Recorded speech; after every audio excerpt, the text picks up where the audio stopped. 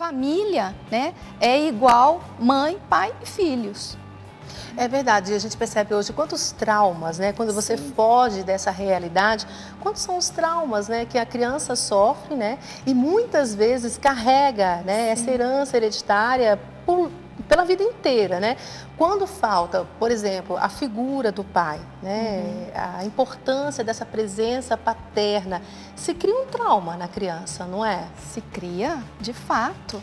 E, infelizmente, nós estamos vendo hoje, principalmente pela mídia, né, uma tentativa de tornar a figura do pai uma figura assim incapaz, uma figura indolente, uma figura onde ele é descartável dentro da família, né? Infelizmente.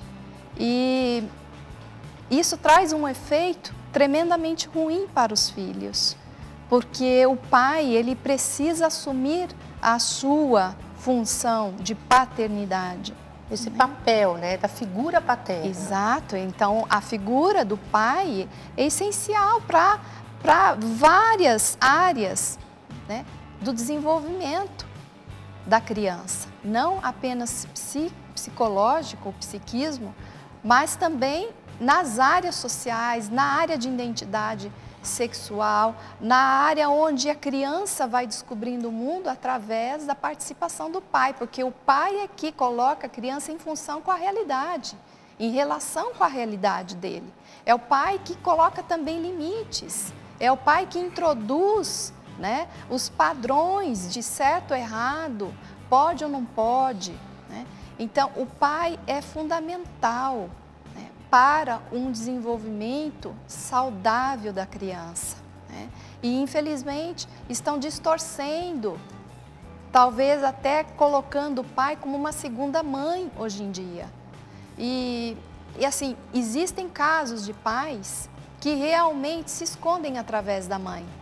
Existem mulheres que aqui eu cumprimento todas elas, que são verdadeiras mártires, heroínas, dentro de suas casas, porque os maridos muitas vezes não assumem de fato a paternidade.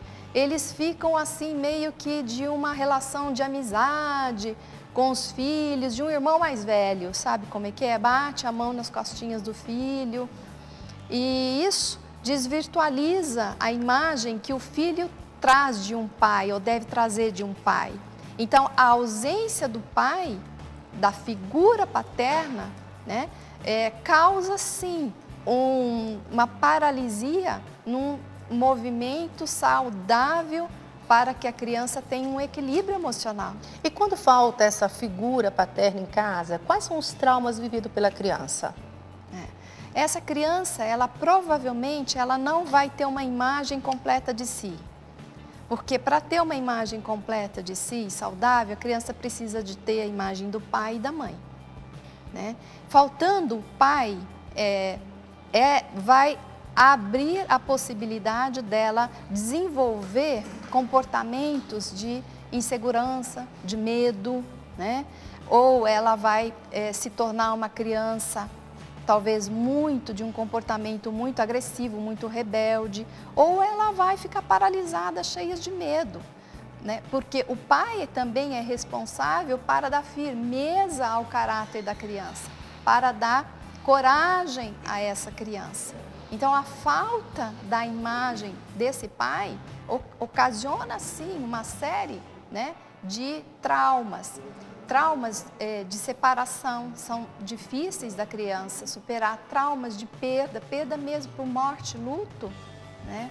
Ocasiona, né, os mais diversos sintomas da criança. Existem sintomas na criança, desde uma criança que fica muito entristecida, deprimida, até o seu extremo, que ela fica muito hiperativa, agressiva. Roseli, sobre isso, tem uma pergunta da Marta Santos. A filha dela tem 12 anos e não tem contato com o pai. Aí ela está preocupada porque assim, já está entrando na adolescência e teme que isso prejudique a filha. Aí ela pede uma orientação sobre como ela deve agir nesse caso com a filha que está entrando na adolescência. Olha, hoje, né, nós percebemos pela a facilidade ali, né, de divórcio, de separação, está gerando assim muitas desordens dentro da família, né? E quem mais sofre são os filhos, né? Porque os filhos necessitam de ter esse respaldo dos pais.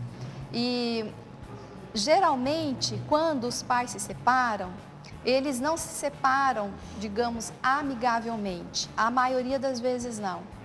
Então, o filho fica ressentido com isso, porque o filho não tem ligação, não tem nenhuma causa pela separação de fato do casal. Só que o filho acaba tomando sobre si uma culpa. Geralmente, a mãe ou o pai, né, pela situação de separação, eles não entram num acordo entre si de que o filho precisa estar em contato com a mãe e com o pai. Então, no caso dessa mulher, né, dessa mãe, é necessário que a filha, né, se ligue ao pai, que tenha contato com o pai, né, porque é pai. Agora, se o pai é uma pessoa que não está disponível, então, precisa se levar a realmente um entendimento para essa criança não sofrer mais. Ou buscar uma ajuda terapêutica, tá? Ou buscar uma ajuda de oração para tentar superar, né, essa carência afetiva e presencial do pai. Porque provavelmente, sendo menina, se ela não for curada interiormente da figura do pai, ela pode, né, levar isso adiante e buscar futuros relacionamentos complicados, tá? Então, aí nós entramos num contexto já de repetição de padrões destrutivos. Por que nós entendemos que separação de casais gera padrões destrutivos, né? Porque existem dinâmicas inconscientes de que aquilo que nós não aceitamos, nós temos a tendência de levar adiante. Então, se não for resolvido, se não for entendido e superado, essa criança provavelmente vai levar uma imagem do pai desvirtualizada e ir em busca de um homem que também poderá reproduzir a mesma situação em que o pai dela reproduziu com a mãe.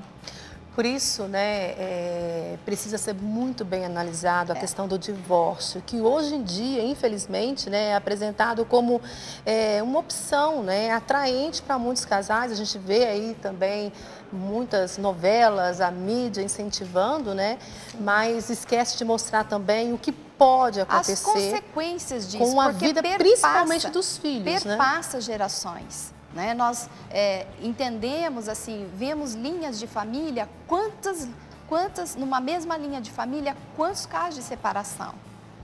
Né?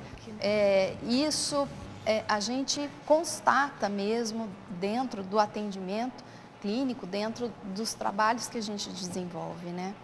E não só o trauma da separação dá um impacto na família, mas, por exemplo, perdas por mortes, seja de acidentes, seja mortes prematuras, né? Acontecimentos de suicídio, homicídio, né? Em que é velado dentro da família, isso também ocasiona um trauma dentro do sistema de família. Quando eu falo família, é um contexto que a gente está descortinando o seguinte, né? Assim como cada indivíduo pode carregar em si um trauma pessoal individual, a família também carrega um trauma que é diluído, que é compartilhado com os membros da família. Né? E esse trauma pode ter acontecido às gerações anteriores. Né? Então, um bisavô, por exemplo, que se suicidou. Né? Esse trauma do suicídio do avô tem repercussão, às vezes, na vida dos netos e bisnetos, com sintomas psicossomáticos, mentais até. Então, nós estamos descortinando algo muito novo dentro do que nós entendemos, né, das leis que governam a família, sabe? Acontecimentos como imigração indevidas, né? Nós somos um país formado por descendentes de imigrantes, imigrantes que vieram para cá. Isso também pode ocasionar uma desestabilização dentro das relações familiares. Por isso é bom, né, conhecer a história da família. Conhecer a né? história. Às vezes a gente não se preocupa com isso, mas esses são os chamados traumas hereditários. Os traumas hereditários, o aborto provocado. O aborto provocado também, né, interfere na dinâmica do casal e, consequentemente, dos filhos. Isso nós também constatamos através desse método no qual nós desenvolvemos. Então, o trauma do aborto provocado não é propriedade exclusiva da mulher. A gente tem que olhar o lado do homem. Onde está o homem? Onde está o pai? E isso desestabiliza também o relacionamento do casal. Uma das causas de separação de casal é quando o casal provoca aborto. Voluntariamente. Isso traz um efeito na alma, no psiquismo do casal, que é capaz de separar o casal. Caroline Santos, Salvador, Bahia, ela falou que está amando o programa, a família é a base de tudo e as pessoas estão deixando de lado isso. E eu tenho alguns e-mails também, uma pessoa pede para não ser identificada, ela é avó, ela é uma família que frequenta a igreja, trabalha em paróquia, em secretaria de paróquia. Ela conta que ela ajudou até na documentação do casamento da filha, mas a filha se separou, o casamento durou 3 meses e isso já aconteceu há 8 anos. Aí o marido já está casado com outra, a filha está casada com outro, mas nesses 3 meses a menina engravidou, teve uma criança e praticamente quem educa é a avó. E a mãe rejeitou bastante a criança também, não queria. Aí a avó ela está preocupada e pergunta se tem alguma sugestão para o neto não culpá-la no futuro. Ela fala para a filha, olha, ele está com esse problema, não está tendo esse desenvolvimento na escola, mas eles acham que é exagero da avó. Aí a pergunta dela se tem uma sugestão para o neto que já está vivendo essas dificuldades não culpá-la no futuro. Ela não diz a idade do neto. 4 anos. 4 anos. Então, ele precisa de um acompanhamento psicoterapêutico, sem dúvida, né? E porque aí a avó, ela faz o que é possível, mas quem deve assumir de fato, né, a educação, o cuidado do filho são os pais, né? São os pais. Então, assim, fazer um trabalho de conscientização dessa mãe, pelo menos, de olhar esse filho e assumir esse filho. Porque quem deve dar a educação, o cuidado, é a mãe e o pai. Agora, tem que existir um trabalho de família por trás desse caso, porque a avó, por mais que ela tente fazer o melhor para o neto, quem vai realmente ajudar esse neto são os pais. A gente sabe que não é fácil perder um ente querido, a gente viu aí várias histórias, uma delas, inclusive, essa fatalidade que aconteceu, que o Brasil inteiro, né, ficou chocado de ver a morte de inúmeros jovens, que foi em Santa Maria, né, nesse acidente aí, nesse incêndio, nessa boate. Quantos traumas vividos, né, pelas mães, né, que o filho sai para se divertir e de repente ela recebe o anúncio, né, da sua morte. Né? A gente viu o caso aí também de pessoas que perdem os seus entes queridos nas suas particularidades, né, ali junto com a sua família, enfim, mas que são inúmeros, né, os traumas vividos, mas o exemplo também de 2 mulheres que buscam a superação de todos os dias. Sim, existe uma escala de estresse, né, que diz que o topo, o primeiro lugar, né, gerador de trauma é a perda por morte, né, de algum membro da família, principalmente um cônjuge, ou um pai, uma mãe, um filho, né? E é o trauma mais difícil de ser superado mesmo. Dos pais em relação aos filhos, é uma inversão da ordem, os filhos irem antes dos pais, né? Então, essa inversão da ordem, ela causa uma desordem no sistema, né? que uma outra oportunidade até eu posso descrever melhor, né? Quais seriam as consequências, né, dos filhos partirem antes dos pais. E aqueles que foram, né, nós não sabemos, só Deus sabe o destino de cada um. Mas aqueles que ficaram e deixaram em aberto o relacionamento, esse relacionamento que ficou aberto, que não deu para concluir, que não deu para fazer uma despedida adequadamente, este material é que faz sofrer. É esse material oculto que está na alma da pessoa, né, que ficou, não que partiu, que ficou, é de conteúdo de dor e sofrimento. Né? Por quê? Porque a morte é o inesperado. Porque se você esperasse, você iria, né, como eu faço com alguns pacientes que têm os seus entes queridos, doentes, que estão diante da morte. Eu coloco esses pacientes em contato com a despedida daquele ente querido, porque é difícil fazer a dinâmica da despedida. Ninguém quer despedir. Se já é difícil assim, imagina uma Mas é notícia necessário inesperada. fazer essa dinâmica, né? E os pacientes que exercitam essa dinâmica da despedida, né, daquele membro da família, com amor, vai colocando em ordem as suas questões, vai honrando, vai se reconciliando, vai pedindo perdão, vai fazendo um exame da sua consciência em relação àquela pessoa, né? É muito mais fácil depois elaborar, então, esse luto. Agora, no caso dessas mães, desses pais, eu imagino a dor deles, porque primeiro que é uma inversão da ordem, os filhos partirem antes deles, ok?